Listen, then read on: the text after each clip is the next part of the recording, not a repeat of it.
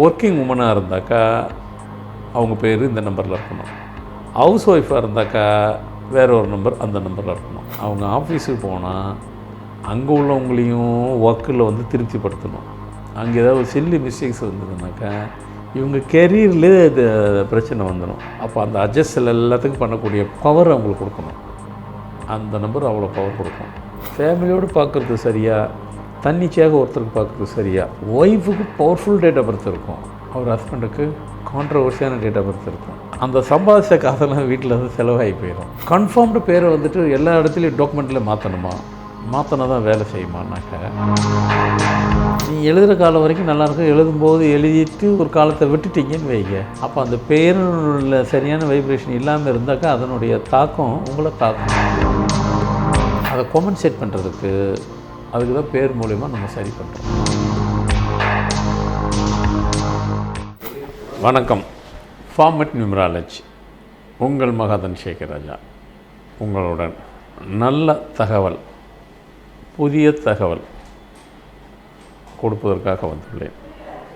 அந்த தகவல் நீங்கள் ஃபாலோ பண்ணும்போது வாழ்க்கையின் மாற்றத்தின் பிரதிபலனையும் நீங்கள் எதிர்பார்க்கலாம். இன்றைய தினம் என்ன சொல்ல போகிறோம்? ஒர்க்கிங் உமன், வேலை செய்கிற பெண்களுக்கு பார்க்குறது நியூமராலஜி படி பார்க்குற மெத்தடு வேறு, ஹவுஸ் ஒய்ஃபாக இருக்கிறவங்களுக்கு பார்க்குற மெத்தடு வேறு. நியூமராலஜி மெத்தடும் வேறு, நம்பரும் வேறு. இல்லை, மெத்தடு வேறுன்றது என்ன இருக்குது, மெத்தடில் பெருசு என்ன இருக்குது? மெத்தடு ஃபார்மெட்டு ஒன்று தான், நம்பர் வேறு. ஏன்னா ஒவ்வொரு நம்பருக்கும் ஒரு ஒரு பிரதிபலன் இருக்குது. ஆமாம், இப்போ ஒர்க்கிங் உமனாக இருக்கிறாங்கன்னு வைங்க, அவங்க வீட்டையும் கவனிச்சிக்கணும். ஆஃபீஸுக்கு போனால் ஆஃபீஸ் வேலையும் பார்க்கணும். அப்போது டபுள் என்ஜின் மாரி அவங்க வேலை செய்யணும் ஒர்க்கிங் உமனுக்கு. சரிங்க, ஒர்க்கிங் உமனுக்கு டபுள் என்ஜின் சொல்லிட்டீங்க, அப்போ ஹவுஸ் ஒய்ஃபுன்னு அப்போ சிங்கிள் என்ஜினா அவங்களுக்கு ஒரே இது தான் வேலை செய்யுமானா? இவங்களாவது பரவாயில்ல.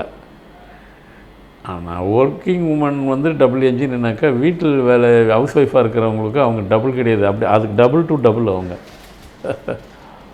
அது உண்மை. அது இவங்களாவது வேலைக்கு போயிட்டு வந்துட்டு அதோட வீட்டுக்கு வந்துட்டு வேலையை முறுக்க வச்சுட்டு வந்துட்டுனாக்கா வேலைக்கு இப்போ வீட்டு வேலையை பார்த்துட்டு ஆஃபீஸ் வேலையை பார்த்துட்டு திருப்பி வீட்டுக்கு வந்துடுறாங்க. ஒரு ஒரு ஒரு ஒரு ஒரு ஒரு ஃபார்முலா வச்சுப்பாங்க, அதுக்குள்ளே தான் கரெக்டாக டைமிங் செட் பண்ணிவிட்டு அதோடு இது பண்ணிடுவாங்க. ஹவுஸ் ஒய்ஃபாக இருக்கிறவங்க காலம் வர 4 மணியோ 5 மணியோ 6 மணிக்கோ எழும்பி நைட்டு 11-12 வரைக்கும் வேலை பார்த்துக்கிட்டே தான் இருப்பாங்க. எந்த நேரமும் பார்த்தாலும் வேலை பார்த்துக்கிட்டே தான் இருப்பாங்க. வேலை அந்தளவுக்கு இருக்கும்.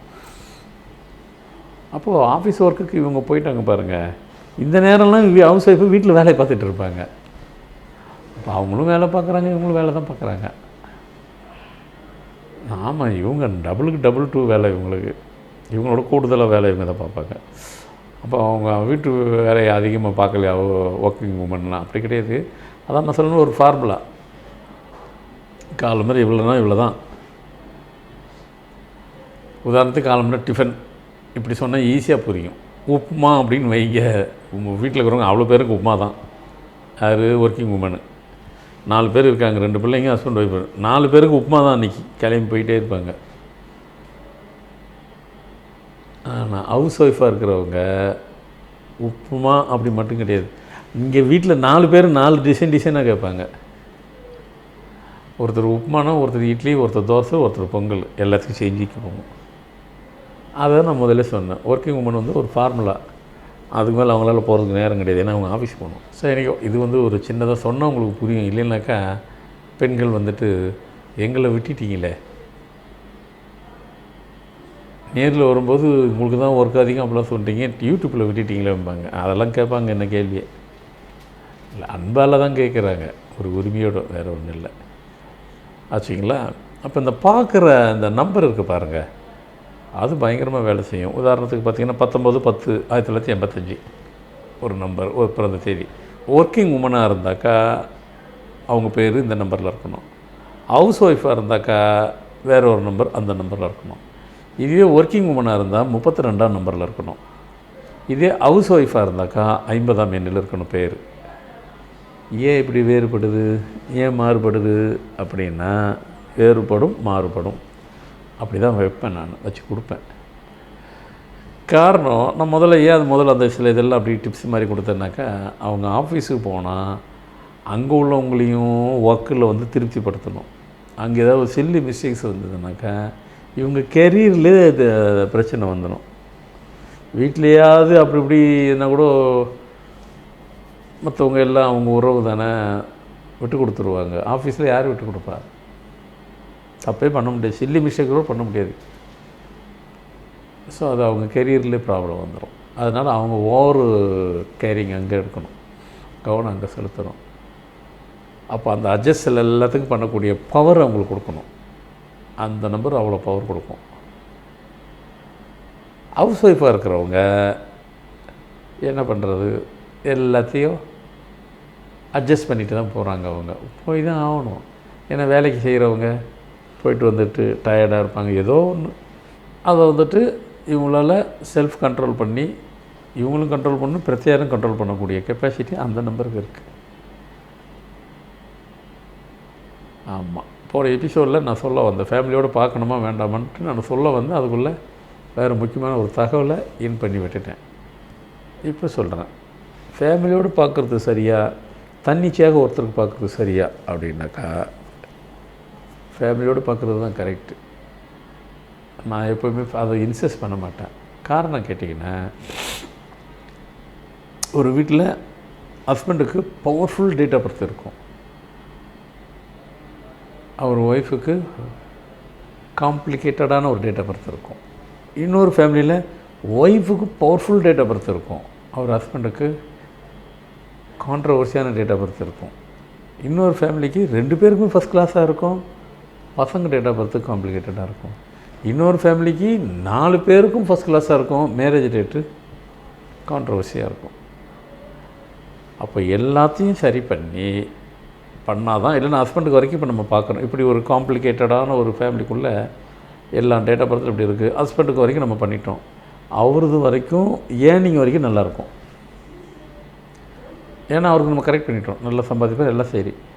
ஆனால் அந்த சம்பாதிச்ச காசெல்லாம் வீட்டில் வந்து செலவாகி போயிடும், மிச்சமே வராது. ஐயா நீங்கள் தானே கொடுத்தீங்க, நல்லா சம்பாதிக்கணும், உங்கள்கிட்ட வரும்போது இந்த அமௌண்ட்டுக்கு ஏர்னிங் இருந்தது, இப்போ நாங்கள் இந்த அமௌண்ட்டு பெரிய இது இருக்கிறோம், ஆனால் காசே இல்லை. அது எங்கே இருக்கும்? இருக்காது. அது எப்போ கழிச்சு, பல வருஷம் கழிச்சு சொல்லுவார். அப்போ சொல்லுவேன், இப்படின்னு சொல்லியிருக்கலாமே, நேரம் பரவாயில்ல, அதுக்கு நேரம் வரணும், இப்போ தான் கேட்டீங்க வாயை திறந்து, அன்றைக்கே கேட்டால் அன்றைக்கே சொல்லிடுவேன். ஸோ அதனால் நீங்களும் கேட்கணும். அதனால் ஃபேமிலியோடு பார்த்துக்கிட்டிங்கன்னா வேணா டைம் எடுத்துக்கிறலாம், ஆனால் பார்த்துக்கிட்டு வச்சுன்னா நான் அதுக்கு நமக்கு சேஃபர். அது நம்ம பாட்டு நம்ம வேலையை பார்க்கலாம், அது பாட்டு அது வேலையை பார்த்து கொடுத்துரும். நமக்கு